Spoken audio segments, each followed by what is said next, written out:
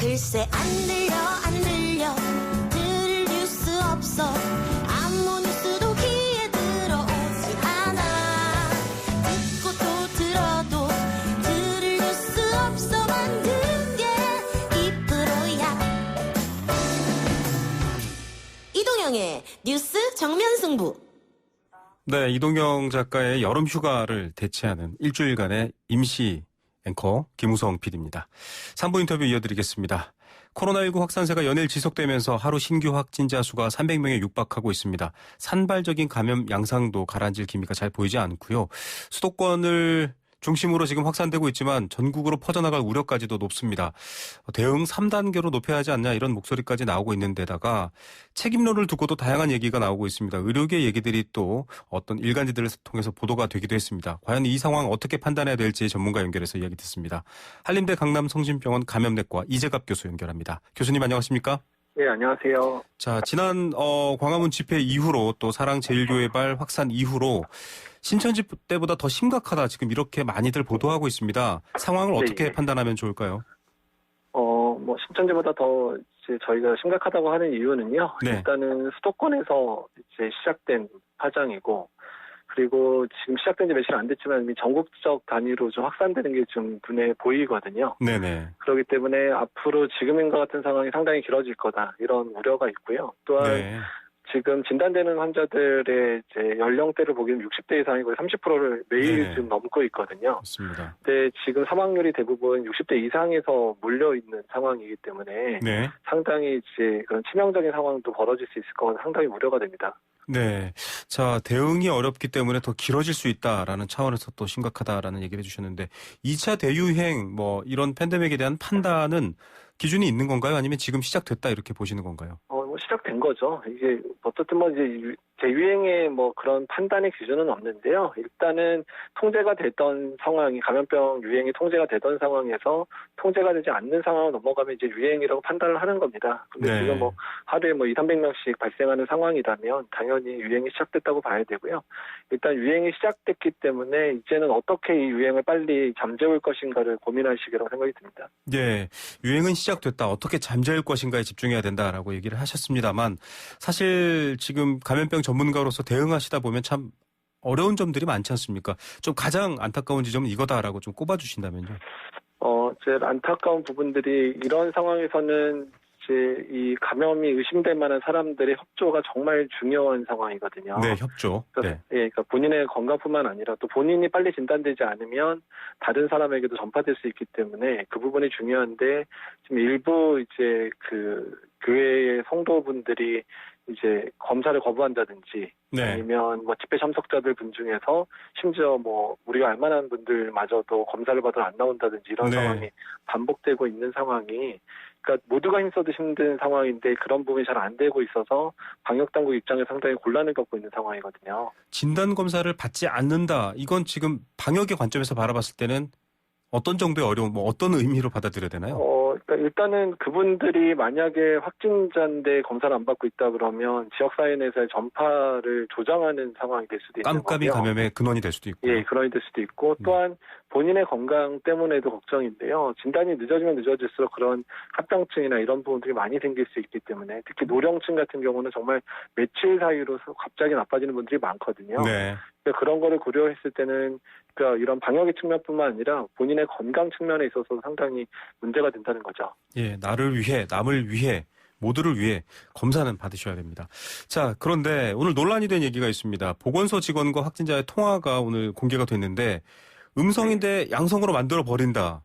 이거 지금 방역당국도 반박했거든요. 이게 네. 가능한가요? 이분들의 주장이 가능한가요? 아주 가끔 검사에 오류가 있거나 검사상에 오염이 있어서 잘못 보고되는 상황이 있을 수는 있지만 네. 어떤 특정한 사람이든 특정한 집단에서 나온 사람들을 일부러 양성으로 만든다 이건 불가능하고요. 네. 그리고 검사를 돌리는 사람이 그 사람이 어디서 나왔는지조차도 모르고 검사를 돌려주시는데 그걸 어떻게 그걸 구분해서 음성을 양성으로 바꾸겠어요.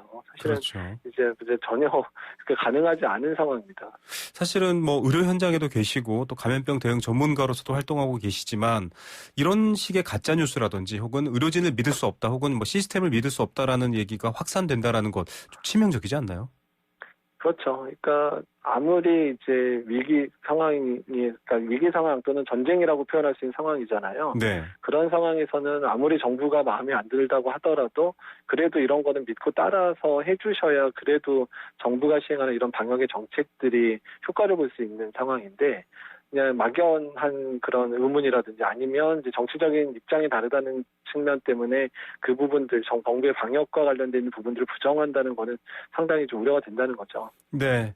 자, 지금 뭐 휴대전화 위치 추적도 하겠다. 그런데 이제 뭐 사랑제일교회 측에서는 휴대전화를 끄고 이동해라라는 얘기도 있었다고 하고 또 네. 관광버스 얘기도 나오고 있고 명단을 또 박주민 의원 측이 넘기도 했습니다만 네. 검사 그래도 좀 의심되는 분들은 다 나와서 받고 이렇게 좀 통제되는 상황 안에 있어야 될 텐데 잘 안 되고 네. 있거든요. 이거 좀 방법 없을까요?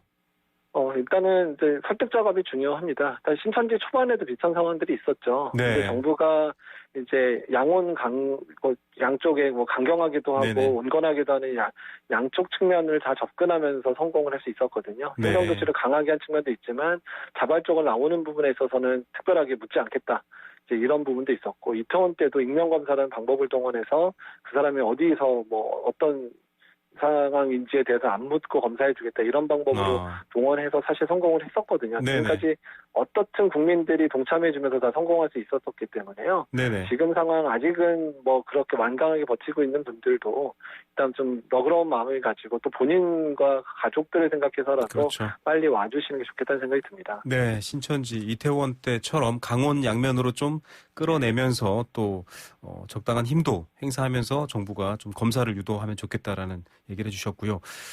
그런데 사실 의료진들의 보도, 조선일보라든지 이런 쪽에서 보도된 내용들이 지금 좀 확산이 되고 있고 또 가짜뉴스의 근거로도 쓰이고 있는데 사실은 김우주 교수께서 조선일보 인터뷰를 하면서 네. 지금 광화문 집회 참여한 사람들 다 가서 자진검사 받아라라는 거는 이거는 행정력 부담이고 의료진의 부담 주는 일이고 낭비다라고 얘기를 했어요. 정확하게 접촉자를 과학적으로 분석해서 해야지 거기 갔던 사람 다 검사 받아라 이건 아니다. 지금 이런 얘기를 했는데 계속 보도가 이제 재인용되고 있는 상황입니다. 이건 어떻게 판단하십니까? 사실 뭐 이제 어떤 의도로 말씀하셨는지는 사실은 잘 모르겠고요. 저는 사실 저희 스승님이셔서 제가 그렇죠. 뭐라고 평가할 수는 맞습니다. 없고요. 그리고 이제 제가 생각하기에는 뭐 그 부분도 틀린 말씀은 아니신데 네. 다만 지금의 상황이 집회에 참석했던 분들을 특정하기가 상당히 어려운 상황은 맞습니다. 네. 그렇기 때문에 특히 이제 뭐 핸드폰이나 이런 것들이 꺼져 있어서 기지국 접속 정보로도 다 찾을 수도 없는 상황들이거든요. 네네. 그렇기 때문에 일단은 그리고 또 지금 여러 곳에서 집회에 참석했던 분들 중에 확진자 계속 나오고 있는 상황들이기 그렇죠. 때문에 네. 그렇기 때문에 지금 상황에서는 쓸 수 있는 카드가 별로 없는 거죠. 네. 그러니까 그나마 우리가 잘하고 있는 이제 테스트, 즉 네네. 검사의 역량들을 강화시켜서 하는 방법을 동원하는 건 정말 부담이 되는 상황이지만 현재로서 또 꺼낼 수 있는 카드가 이거밖에 없다는 게 사실 안타깝다는 거죠. 예. 그런데 이제 뭐 의료진 인터뷰를 인용하면서 8.15 집회 때문에 코로나 확산된 거 아니다. 정부 방역 실패다. 이렇게 주장하고 있고 실제로 또 그런 멘트를 하시는 분들도 있어요.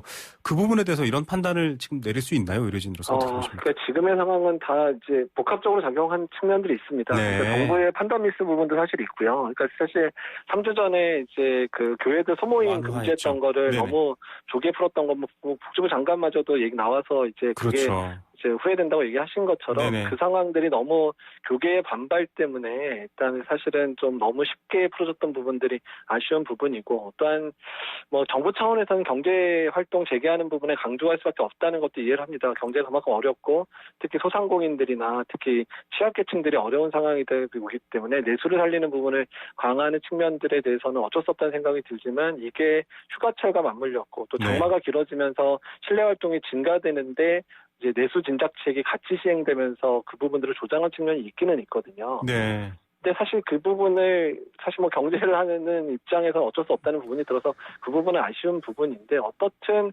지금 상황이 발생한 상황에서는 누구의 탓을 하기보다는 지금의 상황을 국민들이 하나가 돼서 이겨내는 게 더 중요하거든요. 네. 그러니까 책임 소재는 나중에 논의해도 됩니다. 네. 일단은 지금 상황에선 위기를 이겨낼 수 있는 최대한의 방법들을 모든 사람이 머리를 맞대고 담당을 해야 된다는 거죠. 예, 사실은 뭐 책임 공방보다 더 급한 건 이 상황을 빨리 해결하는 일이다라는 얘기인데 교수님께서 사실은 교회 활동을 중단시키는 게 아니라 이 방역 성공을 위해서 잠시만 좀 자제하자라고 정말 눈물로 호소를 하셨는데 그 부분에 대해서 좀 잘 안 받아들이는 분들도 많으세요.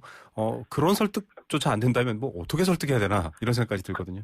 그래도 이번 상황에서는 지금 이제 교계 지도자분들이 계시는 교회들이 아주 앞장서서 온라인 예배로 이제 예배를 바꾸고 그런 소모임 것도 금지하고 많죠. 이런 네. 부분들이 이제 나서기 시작해 주셔서 정말 감사하게 생각을 하고 있고요. 네. 그러니까 일단은 지금의 상황에서는 뭐 정파를 떠나서 종교를 떠나서 지금 상황을 빨리 이겨내는 게 우리나라가 정상화되고 경제적으로도 회복되는 아주 중요한 네. 기로에 서 있거든요. 네네. 그렇기 때문에 일단은 잘 동참하고 노력해 주셨으면 좋겠다는 생각이 듭니다. 예. 자, 그리고 좀 팩트 체크를 하나만 부탁드려야 될 부분이 있는데 지난 8.15 집회 때 좀 비가 많이 왔지 않습니까? 그래서 네. 이 날씨가 습하고 비가 많고 야외여서 감염 확률이 높지 않다 이런 얘기도 있는데 어떻습니까? 통상적으로는 비가 오는 야외에서는 감염이 잘 안 된다 이렇게 봐야 되나요? 일단은 습도가 올라가면 바이러스 자체 활성도는 떨어지는 거는 논문에서 실험적인 상황에서 증명은 됐지만 네네.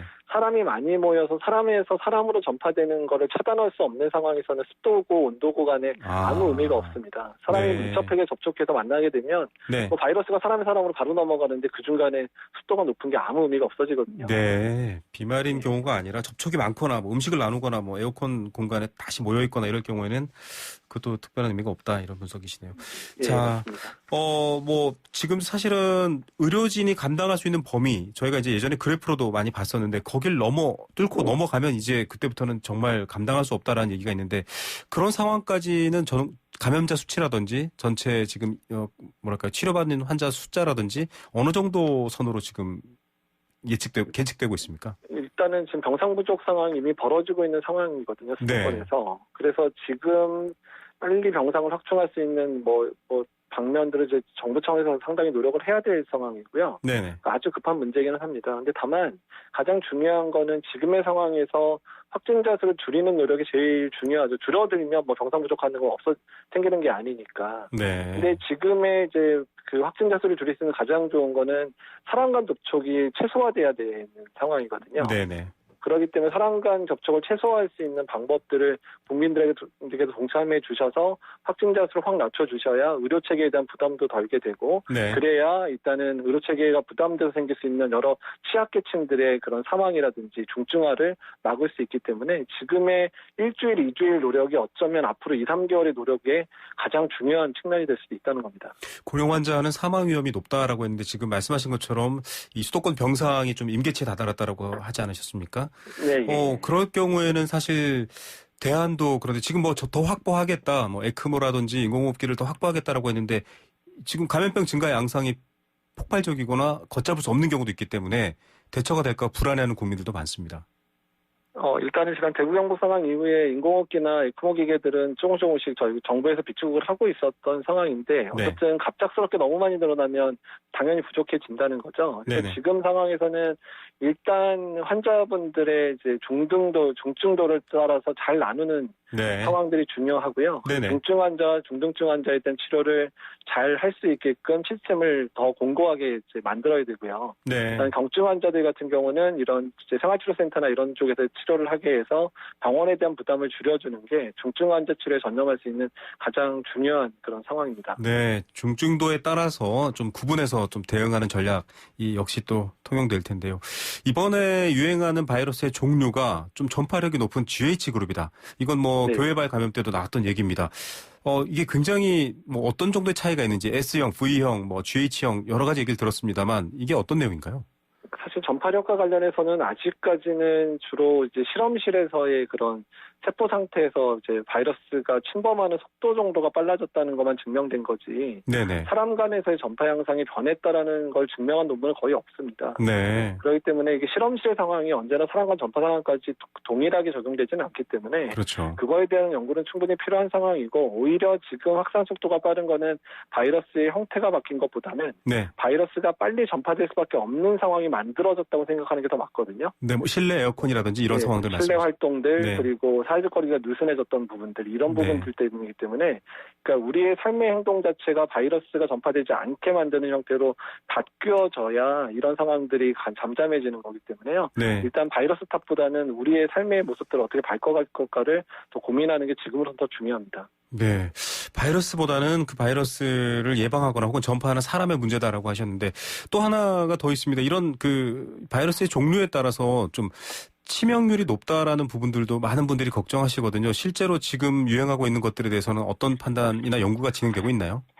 일단 뭐 치명률과 관련해서는 통계가 증명을 하긴 하는데요. 다만 초기의 치명률보다는 현재 치명률이 다소 낮아지는 경향을 보이고는 있는데 네. 그게 이제 전문가들은 두 가지 견해를 하고 있습니다. 지금 확진자 수가 막 늘어나다 보니까 이제 확진자 수가 늘어나는 거에 비해서 이제 사망자는 좀 뒤늦게 나타나잖아요. 한 네네. 2, 3주 있다가 그래서 추후에 사망이 다시 올라갈 거다라고 예측하는 분들도 있고요.